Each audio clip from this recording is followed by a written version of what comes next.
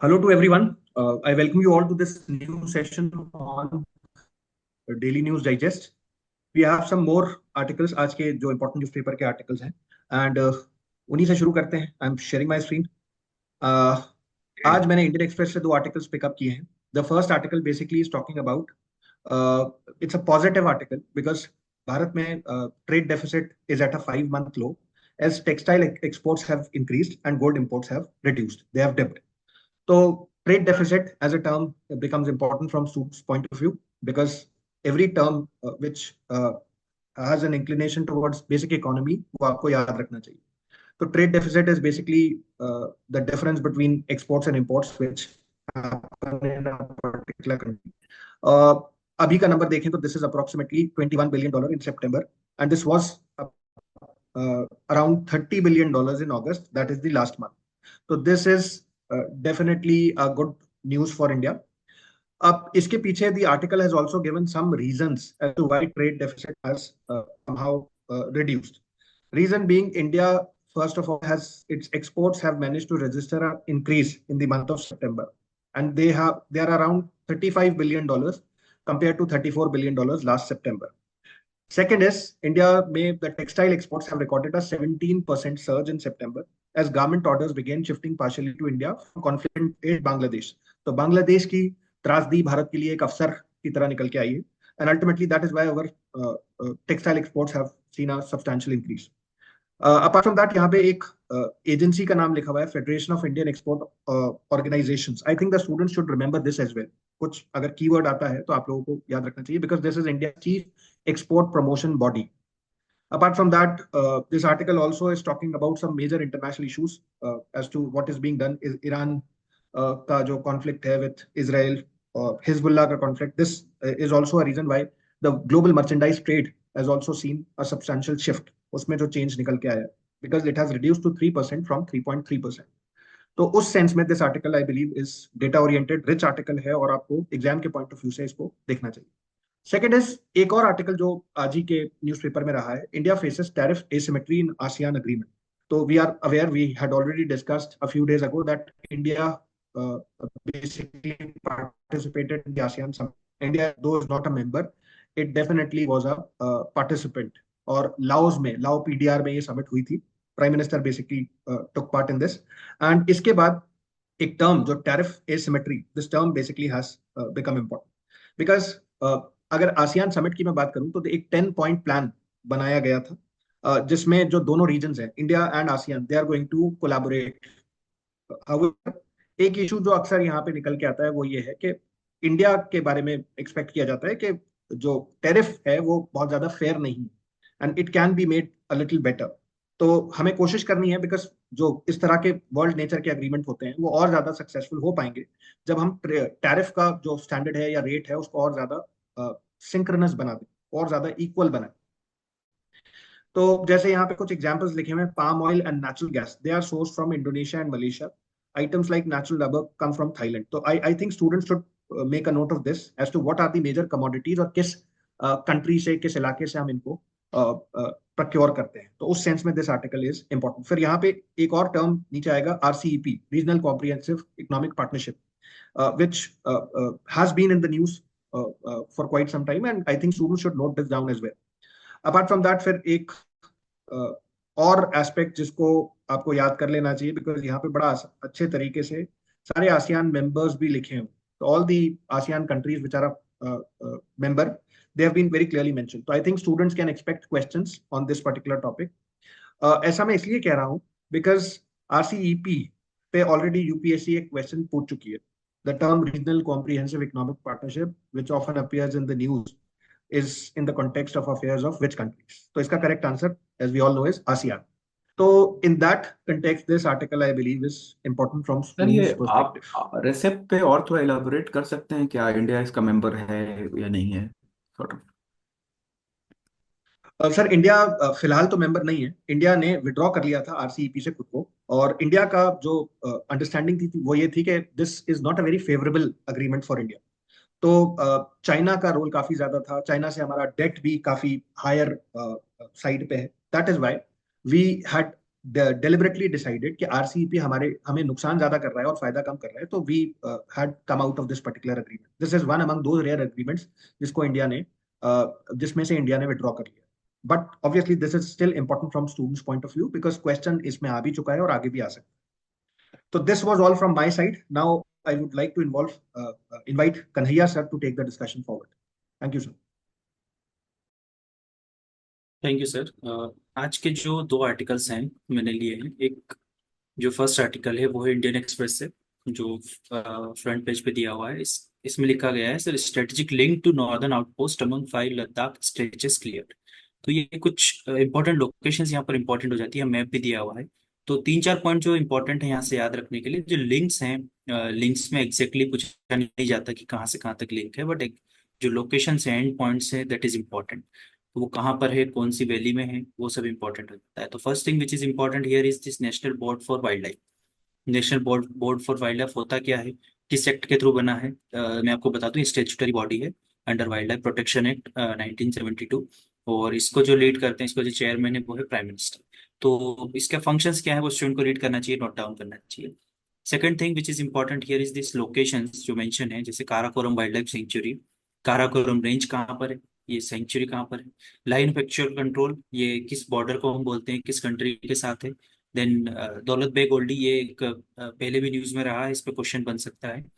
और इस टाइप के क्वेश्चंस आपको मेंस में भी आ सकते हैं। फॉर एग्जांपल आप मेंस में एज एग्जांपल यूज कर सकते हो इन आईआर पॉइंट, आईआर और डिफेंस दोनों में यूज कर सकते हैं। नेक्स्ट जो है काराकोरम पास मेंशन है, तो जितने भी पास हैं वो यहाँ पर एक पास और मेंशन है, आप मैप में देख सकते हो, सासेर पास, सासेर ला। तो ये भी एक इम्पॉर्टेंट हो जाता है, काराकोरम पास भी इम्पोर्टेंट हो जाता है। एक प्रोजेक्ट इसमें मेंशन है, इंडिया चाइना बॉर्डर रोड। तो ये वाला जो प्रोजेक्ट है जिसमें हम बॉर्डरिंग एरियाज को कनेक्ट करते हैं for strategic point of view और फॉर डिफेंस पर्सपेक्टिव, तो हम उसको कैसे याद करें, तो ये सब इस आर्टिकल में मेंशन है, इसको स्टूडेंट को देखना चाहिए। एक और सेंचुरी यहाँ मेंशन है, चांगथांग कोल्ड डेजर्ट सेंचुरी, तो ये भी इम्पोर्टेंट हो जाता है। कुछ एक दो लोकेशन और इसमें जो मेंशन है, उसमें देखा जाए तो गलवान वैली, जो लास्ट ईयर क्लैश हुआ था इंडिया एंड चाइना ट्रूप्स, या 2020 में क्लैश हुआ था, सॉरी, जो इंडिया और चाइनीज ट्रूप्स के बीच में हुआ था, गलवान वैली, तो इसकी लोकेशन इंपॉर्टेंट हो जाती है। नुब्रा रिवर यहाँ पर मेंशन है, और सासेर पास, जैसे मैं पहले ऑलरेडी बताया है, इसका लोकेशन पता होना चाहिए, Nubra valley and Nubra river. तो ये किसकी ट्रिब्यूटरी है, कहाँ से राइज करती है, ठीक है। तो for example as you can see, ये श्योक वैली, जो श्योक रिवर है उसकी ट्रिब्यूटरी है नुब्रा। और श्योक किसकी ट्रिब्यूटरी है, ये भी इंपॉर्टेंट हो जाता है, तो इंडस वैली की, इंडस रिवर की ट्रिब्यूटरी है श्योक रिवर। तो ये दोनों किसकी ट्रिब्यूटरी हैं, कहाँ से ओरिजिन है इसका, और कहाँ पर जाके मिलती है, ये इंपॉर्टेंट हो जाता है। जब भी कोई पास आता है तो हम देखते हैं कि जब हम एक वैली से दूसरे वैली में शिफ्ट करते हैं तो कोई एक पास रहता है जी। जो पास है, फॉर एग्जांपल जो मेजर पासेस हैं वहाँ मैक्सिमम जगह पे टनल्स भी बनाई गई है गवर्नमेंट के द्वारा, जैसे अटल टनल। तो ये सब लोकेशंस इंपॉर्टेंट हो जाती है एग्जाम पर्सपेक्टिव से। तो ये तो रहा आज का जो फर्स्ट आर्टिकल है। सेकंड आर्टिकल मैंने द हिंदू से लिया है, जिसमें ये एडिटोरियल पेज पे आपको मिलेगा, जिसमें कल जो रिसेंटली अभी 2024 की ग्लोबल हंगर इंडेक्स की रैंकिंग आई है इंडिया की, तो वो कैसे एक बहुत बड़ा कंसर्न है इंडिया के लिए, और वर्ल्ड लेवल पर हम नंबर्स में देखें तो कैसे इंडिया में जो हंगर का इशू है बहुत बड़ा इशू है, तो वो इसमें डाटा के साथ एक्सप्लेन किया गया है। और कुछ कुछ डाटा जो मैंने हाईलाइट किया है जो स्टूडेंट्स के लिए इंपॉर्टेंट हो जाता है, जिससे फर्स्ट ग्लोबल हंगर इंडेक्स में इंडिया की अंडर न्यूरिश्ड पॉपुलेशन जो है वो कितनी है, और it is the seventh most populous country in the world, which रफली the population of Brazil, so around 200 million people जो हंगर से पीड़ित हैं। सेकंड, जो इंडिया की पॉपुलेशन का परसेंटेज देखें तो 14% है, यहाँ मेंशन है। ये जो डाटा हंगर इंडेक्स में लिया जाता है, ये कहाँ से लिया गया, तो इसमें एक सर्वे रिपोर्ट मेंशन है, sample registration system statistical report. तो ये ministry of statistics and programme implementation इसके अंडर में आती है, जो एनुअली इसको पब्लिश करता है। तो ये डाटा इंपॉर्टेंट हो गया। नेक्स्ट जो इंपॉर्टेंट है वो है इंडिया की रैंकिंग, और स्कोर यहाँ पर दे रखा है। स्कोर जनरली यूज नहीं होता, बट रैंकिंग को हम रेफरेंस में यूज कर सकते हैं। नेक्स्ट जो है वो इसमें कुछ रीजंस दे रखे हैं कि क्यों ये इतना बड़ा जो डाटा, इतना बड़ा कंसर्न है, जितना बड़ा इश्यूज हैं, ये हम इतने सालों में क्यों नहीं रिजॉल्व कर पाए। तो उसमें इंडियन स्टेट का जैसे सिस्टमिक फेल्योर है, उसके बाद जो अभी तक हम एडुकेट फूड एंड न्यूट्रिशन जो है वो उसके बेनिफिट्स हमारे डेमोग्राफी को नहीं प्रोवाइड कर पाए हैं, तो वो सारे इश्यूज यहाँ मेंशन। एक और चीज यहाँ मेंशन है जिसपे इस साल क्वेश्चन भी आया था, फूड इन्फ्लेशन। तो फूड इन्फ्लेशन के यहाँ पर डाटा मेंशन है जो भी नोट डाउन करना चाहिए स्टूडेंट्स को। Next thing which is important is this infant mortality rate यहाँ पर दी हुई है। जैसे माल न्यूट्रिशन या अंडर नरिशमेंट के जो डाटा है, जो हम generally national family health survey से लेते हैं, वो डाटा यहाँ पर मेंशन है, जिसमें ग्लोबल एवरेज भी दिया गया है। उसके बाद चाइल्ड स्टंटिंग, वेस्टिंग, इसकी रेट्स भी दे रखी है। तो ये भी स्टूडेंट्स को पढ़ना चाहिए कि स्टंटिंग होती क्या है, वेस्टिंग क्या होती है। तो ये भी इंपॉर्टेंट हो जाता है। जो पैरामीटर्स हैं इसको हम इंट्रोडक्शन कंक्लूजन में यूज कर सकते हैं। एट द सेम टाइम जब हमारे जो आर्ग्यूमेंट्स रहते हैं उसको हम स्ट्रॉन्ग बनाने के लिए ये डाटा यहाँ से डायरेक्टली हम पुट कर सकते हैं आंसर्स में। लास्ट थिंग जो इसमें दे रखी है जो है कि कैसे हेल्थ केयर फैसिलिटीज और हमारे न्यूट्रिशन सेफ्टी जो है या फिर फूड सिक्योरिटी है, उसको कैसे क्लाइमेट चेंज भी अफेक्ट कर रहा है। और उसका भी हम इम्पेक्ट को फॉर एग्जांपल नेग्लेक्ट नहीं कर सकते to create this policies and future steps to curb this issue. So ये इस टाइप की चीजें यहाँ पर इस आर्टिकल में मेंशन है जो इम्पोर्टेंट है। सर आपने कहा कि इम्पोर्टेंट है प्रीलिम्स के पॉइंट ऑफ व्यू से, मेंस के पॉइंट ऑफ व्यू से, तो उसमें किस तरह के क्वेश्चन बन सकते हैं, आप कुछ बता सकते हैं? यस सर, फॉर एग्जांपल दो इसमें इंपॉर्टेंट चीज जो है वो फर्स्ट है कि इंडेक्स। तो इंडेक्स पे अलग अलग इंडेक्स पे पहले भी क्वेश्चन पूछे जा चुके हैं। फॉर एग्जांपल यहाँ पर मेंशन है, as you can see, world bank's ease of doing business index पे 2019 में क्वेश्चन आया हुआ है।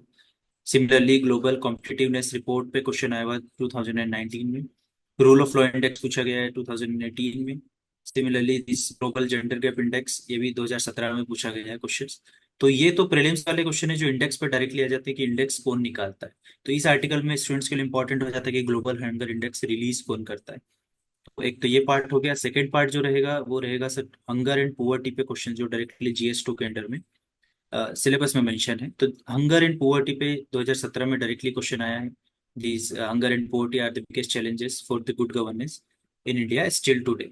तो वही डाटा इस आर्टिकल में हम डायरेक्टली, इस आंसर में हम डायरेक्टली पुट कर सकते हैं कि इतना बड़ा चैलेंज कैसे है। तो we can put the ranking of this global hunger index at the same time stunting और मालन्यूरिशमेंट, उसके डाटा हम यहाँ पर पुट करके बता सकते हैं कि yes this is correct, it is still a biggest challenge for India और for good governance in India. तो इस टाइप के हम सर डाटा को यूज कर सकते हैं इस टाइप के आंसर्स में। So this was from my side. इसके बाद मैं गनी सर को इनवाइट करना चाहता हूँ to continue discussion. Thank you sir. आज मैंने भी कुछ टॉपिक सेलेक्ट किए हैं जो एग्जाम के पॉइंट ऑफ व्यू से काफी इंपॉर्टेंट लगे मुझे। जो पहला जो आर्टिकल है वो सुप्रीम कोर्ट से रिलेटेड है। ये बेसिकली आपके न्यूज़ पेपर 2 का पार्ट रहेगा। The headline is like supreme court uphold the constitutional validity of section 6A of citizenship act. Now in this article you can note down about the section 6A। Section 6A क्या है, इसको किस तरह से introduce करवाया गया था। Basically the section 6A was introduced by the 1985 amendment act, और ये सिटीजनशिप एक्ट के अंदर इंट्रोड्यूस करवाया था। बेसिकली इसके पीछे ऑब्जेक्टिव ये था, असम अकॉर्ड एक रीजन रहा था इसके पीछे। असम अकॉर्ड के बारे में भी आप थोड़ा जानिए कि what is Assam accord. Basically it's a tripartite agreement which was signed between the central government, state government and the leaders of the Assam movement. ये बेसिकली जब पार्टीशन हुआ था बांग्लादेश का, उसके बाद ये रिकॉर्ड अकॉर्ड साइन हुआ था, क्योंकि बांग्लादेश के पार्टीशन के बाद कई बांग्लादेशी असम में आ रहे थे, और उस वजह से वहाँ का जो डेमोग्राफिक डिविडेंड था वो चेंज हो रहा था। तो असम के लोगों ने काफी इसको विरोध किया। तो उसके बाद ये असम अकॉर्ड साइन हुआ। उसमें ये कहा गया कि जो लोग जनवरी 1 1966 से पहले असम में आए, they are going to be deemed as a citizen of India, और जो उसके बाद आए वो इसमें सिटीजन नहीं कहलाएंगे। तो आज इस पे काफी चैलेंज हुआ इस सेक्शन पर। आज एक 5 जज कॉन्स्टिट्यूशन बेंच ने इस पे फैसला दिया, जिसने इसकी जो कॉन्स्टिट्यूशनलिटी है सेक्शन 6A की, उसको अपहोल्ड किया है। Okay, so try to know more about the Assam Accord, and also try to know more about the challenges which are associated with the Assam Accord. Okay, and here you can also note down about the citizenship act की citizenship act क्या होते हैं, कौन कौन से constitutional provision या constitutional article related है citizenship act से। बेसिकली ये पार्ट 2 में आता है हमारे कॉन्स्टिट्यूशन के, और आर्टिकल 5 से 11 के बीच में सिटीजनशिप के बारे में देके रखा हुआ है। तो you can know more about this thing. Okay, so that's Ganesh it. sir, Ganesh sir, we always, see this Assam report always in newspaper. क्या इसको आप थोड़ा elaborate कर देंगे? Sure sir. सर बेसिकली जो सेक्शन 6A है ये introduce किया गया था, ये असम अकॉर्ड के बाद हुआ था। असम अकॉर्ड बेसिकली ये 3 लोगों के बीच का एग्रीमेंट हुआ था। उस टाइम पे राजीव गांधी सरकार थी, तो सेंट्रल गवर्नमेंट, स्टेट गवर्नमेंट और असम मूवमेंट के जो लीडर्स थे उनके बीच में हुआ था।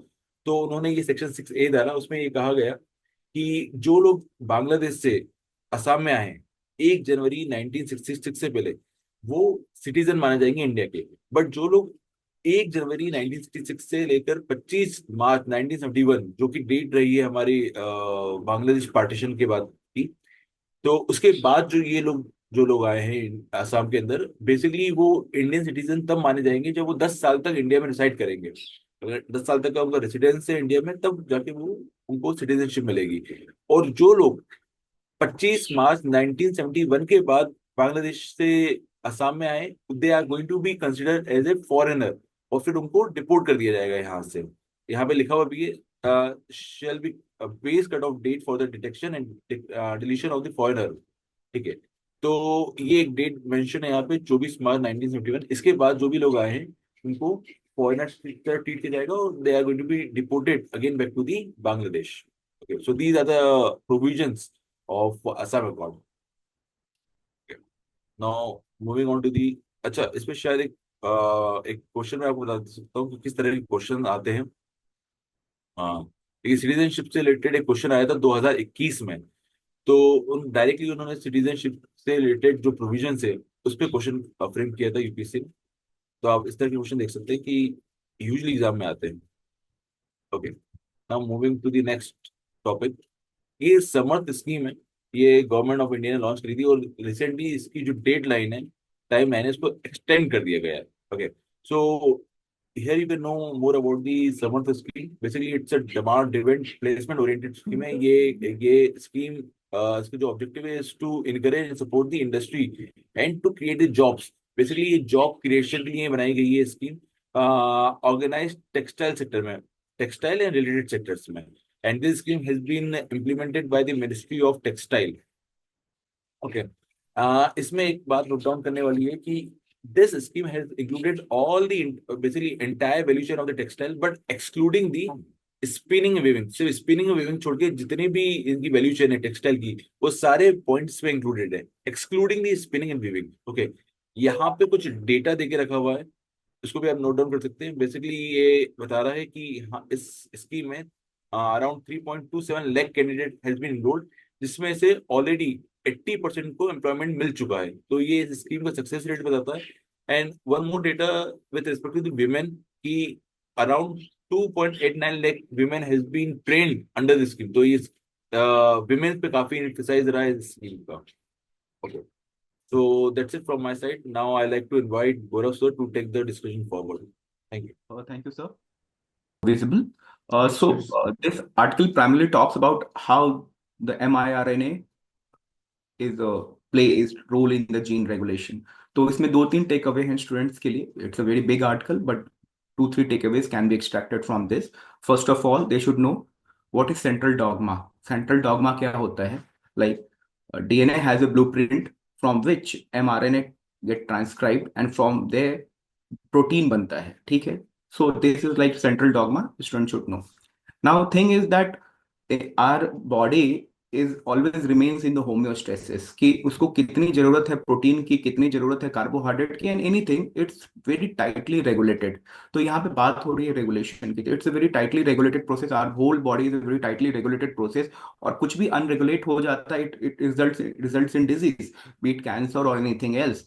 सो in that context, miRNA is very important of the gene regulation. So that portion of your DNA which codes for a protein is known as gene. ये आपको जानना है कि जीन क्या होता है, and how miRNA is helpful in the genetic regulation. So if say a cell which is destined to cell division, उसको कितना सेल डिवाइड करना है, कितने बार करना है, ये सब कुछ it's written in your blueprint in the DNA. But वो अगर अनरेगुलेटेड हो जाए तो it results in the cancer. तो हमारे शरीर का मैकेनिज्म है that mRNA binds to mRNA and stops the translation of the protein. तो how mRNA binds to mRNA, students should know कि mRNA कैसे bind करता है and how it stops the translation of the protein so that the unnecessary coding of proteins can be stopped. And then there is a thing called are all the cells. सबका एक जो होता है sales का क्या होता है कि they are like cell specific. कुछ प्रोटीन इस सेल्स में like in in like what I can say कि आप रेड ब्लड सेल्स है उसमें हीमोग्लोबिन की जरूरत है तो हीमोग्लोबिन बस वहीं आएगा. And other cells where haemoglobin are not needed, their protein haemoglobin will not be transcribed. तो यहाँ पे mRNA का रोल है. तो this is a very good article, student can read from these 2-3 points कि like how mRNA conducts gene regulation, central dogma क्या है और होम्योस्टेसिस क्या है. तो this is the basic take away from this article. And then they is also talking about like थेरोपेटिक्स में आजकल इसका रोल mRNA का आ रहा है. यूएस में काफी इसके क्लिनिकल स्टडीज चल रहे हैं mRNA के, and some studies are proving to be fruitful. So how mRNA will be useful in the clinical trials, it's yet to be seen, but it's giving very promising results. So this is very important takeaways from this article. So and there are sir can इसमें some जो आपने mRNA बताया है हाँ जी इसका therapeutic में sir क्या role है, आप बता सकते सर, हैं थेरापेटिक्स इसमें? में रोल इसका भी कैंसर से लेकर बहुत सारे जेनेटिक डिजीजेस में इसका क्लिनिकल ट्रायल चल रहा है. So what happen is a cancer की कोई एक जीन होता है जो अनरेगुलेटेड हो जाता है. लाइक वी कैन से कि P53 एक ट्यूमर सप्रेशर जीन है, उसका काम है कि ट्यूमर को सप्रेस करना. But when it gene doesn't function as per it's like what is it should do, तो उसमें mRNA को हम लोग नैनो पार्टिकल्स और किसी में टैग कर सकते हैं. It can bind to that unregulated gene, वहां वो बाइंड करेगा and it can stop the function of that unregulated gene. तो ये एक पूरा होल प्रोसेस है जिसपे साइंटिस्ट काम कर रहे हैं. बट अभी डिलीवरी का चैलेंज है कि how to deliver the mRNA to body, इधर to tag it with nano particles और लिपोसोम्स, किसमें किया जाए वो भी चैलेंज है. But it's a very promising sort of therapeutics that is coming up.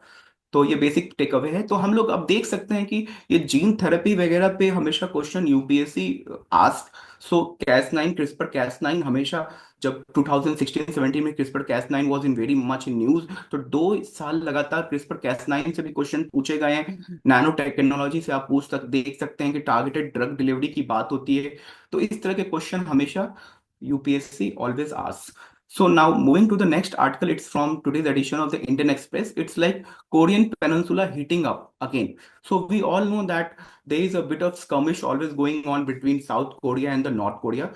Important takeaway from this article is that students should know what is the historical basis of this animosity between South Korea and North Korea. इस पे बहुत सारे question पूछे गए हैं. Soviet ये socialist and capitalist divide का एक जो बात आता है वो इसमें भी एक रीजन है. That one reason that was after like Japan was which relinquished its colonialism. जब उसका खत्म हुआ 1949, one part of north part was dominated by the Russia and the China, and the southern part was dominated by propped up by US and all, and it all led to the division of the country.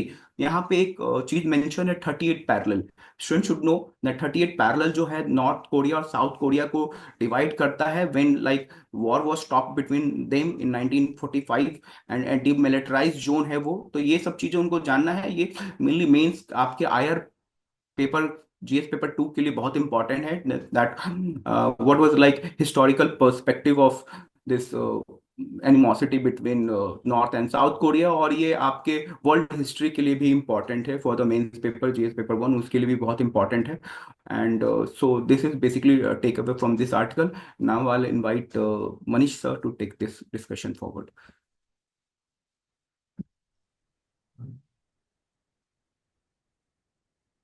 I have two articles, one from Indian Express and another from the Hindu. The very first article is talking about the climate change and its impact on poor across the globe and particularly in India. This article is based on the report of Food and Agriculture Organization of UN. तो इसमें जो पहला take away ये आता है ना कि this article is saying कि across the globe poor household are losing their total income by 5% due to heat stress and by 4.4% because of flood. तो ये टेक अवे है जो हम कहीं पे भी इस डेटा को यूज कर सकते हैं. Second thing is it is saying कि this practice this vulnerability of poor is because of structural inequality. तो यहाँ पे कॉन्सेप्ट आता है व्हाट इज स्ट्रक्चरल इनइक्वालिटी. तो structural inequality disparity in wealth and access to resources because of institutional discrimination. तो ये अपने कंट्री में है, तो इस चीज को यहाँ पे हाईलाइट किया गया है जिसको स्टूडेंट नोट डाउन कर सकते हैं. Apart from that this article is talking about the measures that government can take to solve this problem. तो जो पहली बात की जाती है जो है सोशल सिक्योरिटी नेट का, और इसमें बताया है कि government should provide effective livelihood support ahead of extreme weather events. है ना. इवेंट से पहले जैसे कि टेक्नोलॉजी के थ्रू हमें पता चल जाता है कि what is major event going to happen, तो हमें कुछ पहले से ही लाइवलीहुड अपॉर्चुनिटी पुअर को देनी चाहिए.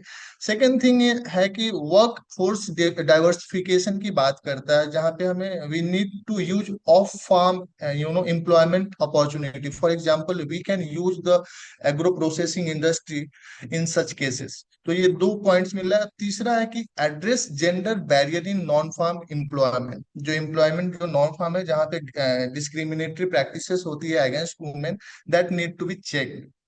तो ये 3 टेक अवे है जो मेजर्स की एज ए मेजर्स हम यूज कर सकते हैं अपने आंसर्स में.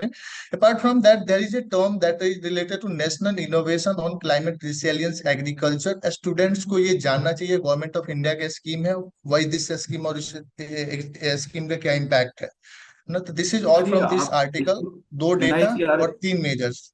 यस. सर, ये NICRA को थोड़ा सा एलाबोरेट कर सकते हैं? See it is a government scheme, central government का स्कीम है, प्रोग्राम है जो 2012 में इसको 2011 में इसको लॉन्च किया गया था. और इसका जो पर्पस है ना, इसका पर्पस है कि make agriculture climate resilient by by strategic research and technological demonstration. And दस इस पे क्वेश्चंस क्लाइमेट चेंज पे हम अक्सर देखते हैं कि every year UPSC is asking 3-4 questions from in the mains examination. तो बहुत इंपॉर्टेंट पॉइंट है, बहुत इंपॉर्टेंट टॉपिक है, हम इसको प्रिपेयर कर सकते हैं तो मेंस में बहुत हेल्पफुल होगा. दूसरा आर्टिकल है that is related to the centre hikes MSP for rabi crops और 2025-6 वीक्स, और जो इंक्रीज है ये अराउंड 6% का है. तो इस आर्टिकल में कंटेंट हमारे लिए इंपॉर्टेंट नहीं है, बट ये टॉपिक बहुत इंपॉर्टेंट है. First topic, all we need to know what is MSP. As we know, it is a market intervention by government to ensure agriculture producers against any sharp fall in the food prices. तो इससे क्या होता है, farmers को एक assurance रहता है कि हम अगर इन्वेस्ट कर रहे हैं एग्रीकल्चर में तो मार्केट प्राइस इससे नीचे नहीं जाएगा, I will get some reasonable return on my investment. Second चीज यहाँ पे बच्चों को जो जानना चाहिए कि how this price is fixed. तो ये जो प्राइस फिक्स की जाती है that is fixed by the commodity for agriculture cost and pricing, and then after government इसको अप्रूव करती है.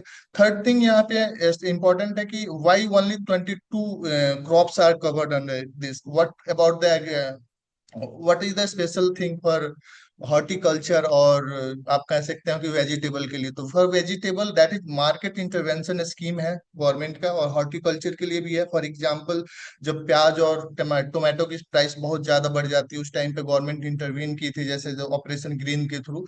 तो such type of schemes is there, such type of strategy is there with government. As far as topic की relevance की बात करते हैं तो प्रीलिम्स के पॉइंट ऑफ व्यू से बहुत इंपॉर्टेंट है. For example in 2020 there was a question, 2 statement दिया गया था जो both are related to MSP. In 2023 also there is a question related to, इसमें पूछा गया था कि जो नाइगर सीड्स है ये एमएसपी के अंडर कवर किया जाता है कि नहीं. तो कौन कौन से ऐसे क्रॉप्स हैं जो एमएसपी के अंडर में आते हैं, जो परसेंटेज इंक्रीज है, ये आप मेंस के आंसर्स में लिख सकते हो. हाउ मच परसेंट इंक्रीज है, स्टेटमेंट बना के प्रीलिम्स में पूछा जा सकता है. तो इसको अच्छे से प्रिपेयर करना चाहिए और रिलेटेड टॉपिक्स को अच्छे से कॉम्प्रिहेंसिवली कवर करना चाहिए. This is all from my side, and with this I would like to conclude today's session. Thank you all.